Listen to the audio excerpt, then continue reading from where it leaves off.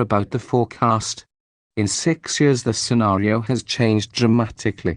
This new disclaimer is meant to single out the situation from 2020 onwards. Talking about the United States and the European Union as separated entities no longer makes sense. Both are the Western Bloc, keep printing money and will share the same fate. After COVID we can draw two major conclusions. 1. The Western world's success model has been built over societies with no resilience that can barely withstand any hardship, even a low-intensity one. It was assumed, but we got the full confirmation beyond any doubt. 2. The COVID crisis will be used to extend the life of this dying economic system through the so-called Great Reset. The Great Reset, like the climate change, Extinction Rebellion, planetary crisis, Green Revolution, shale oil, hoaxes promoted by the system, is another attempt to slow down dramatically the consumption of natural resources and therefore extend the lifetime of the current system.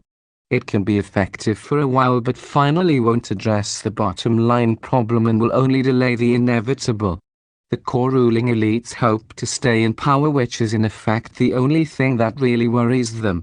The collapse of the Western financial system, and ultimately the Western civilization, has been the major driver in the forecast, along with a confluence of crisis with a devastating outcome. As COVID has proven, Western societies embracing multiculturalism and extreme liberalism are unable to deal with any real hardship. The Spanish flu 1 century ago represented the death of 40 to 50 million people. Today the world's population is 4 times greater with air travel in full swing, which is by definition a super spreader. The death casualties in today's world would represent 160 to 200 million in relative terms, but more likely 300 to 400 million taking into consideration the air travel factor that did not exist 1 century ago. So far, COVID death toll is roughly 1 million people. It is quite likely that the economic crisis due to the lockdowns will cause more deaths than the virus worldwide. The Soviet system was less able to deliver goodies to the people than the Western one. Nevertheless, Soviet society was more compact and resilient under an authoritarian regime.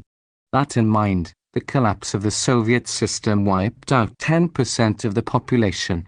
The stark reality of diverse and multicultural Western societies is that a collapse will have a toll of 50 to 80% depending on several factors, but in general terms the most diverse, multicultural, indebted and wealthy, highest standard of living, will suffer the highest toll. The only glue that keeps united such aberrant collage from falling apart is overconsumption with heavy doses of bottomless degeneracy disguised as virtue. Nevertheless, the widespread censorship, hate laws and contradictory signals mean that even the glue is not working anymore. Not everybody is to die. Migration can also play a positive role in this. The formerly known as second and third world nations are unknown at this point. Their fate will depend upon the decisions they take in the future. Western powers are not going to take over them as they did in the past because these countries won't be able to control their own cities, far less likely countries that are far away. If they remain tied to the former world order, they will go down along Western powers but won't experience the brutal decline of the late because they are poorer and not diverse enough, but rather quite homogeneous, used to deal with some sort of hardship but not precisely the one that is coming. If they switch to China, they can get a chance to stabilize but will depend upon the management of their resources. We expected this situation to unfold and actually is unfolding right now, with the November election triggering a major bomb if Trump is re-elected. If Biden is elected, there will be very bad consequences as well. There is a lot of bad blood in the Western societies, and the protests, demonstrations, rioting and looting are only the first symptoms of what is coming. However, a new trend is taking place overshadowing this one. The situation between the three great powers has changed dramatically. The only relevant achievement of the Western powers during the past decade has been the formation of a strategic alliance, both military and economic, between Russia and China. Right now the potential partnership between Russia and the European Union, EU, is dead, with Russia turning definitively towards China. That was from the beginning the most likely outcome. Airbus never tried to establish a real partnership, but rather a strategy to fade away the Russian aerospace industry. Actually, Russia and China have formed a new alliance to build a long-haul airliner. Western Europe, not to mention the United States, was never interested in the development of Russia, or forming anything other than a master-slave relationship with Russia, providing raw materials and towing the line of the West. It was clear then, and today is a fact. Russia has been preparing for a major war since 2008, and China has been increasing her military capabilities for the last 20 years. Today China is not a second-tier power compared with the United States. Both in military and economic terms, China is at the same level, and in some specific areas are far ahead. In the domain of high-tech, 5G has been a success in the commercial realm, but the Type 055 destroyer is also another breakthrough, with the US gaining a similar capability, DDG-51 flight high, by mid of this decade. Nancheng, the lead ship of the Type 055 class, was commissioned amid the pandemic and lockdown in China. 6 years ago, the likelihood of a major war was tiny. Since then it has grown steadily and dramatically, and today is by far the most likely major event in the 2020s. The ultimate conflict can come from two ways. A conventional conflict involving at least two major powers that escalates into an open nuclear war. A second scenario is possible in the 2025 to 2030 timeframe. A Russian sneak first strike against the United States and its allies with the new S-500 strategic missile defenses, Yasen-M submarines, INF Zircon and Kalib missiles, and some new space assets playing the key role.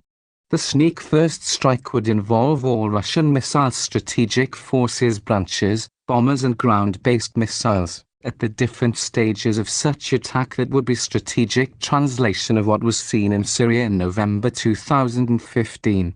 There was no report that the Russian had such a capability of launching a high-precision, multiple, combined arms attack at targets 2,000 plus kilometers away.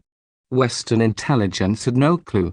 The irony is that since the end of the Cold War, the United States has been maneuvering through NATO to achieve a position to execute a first strike over Russia, and now it seems that the first strike may occur, but the country finished would be the United States.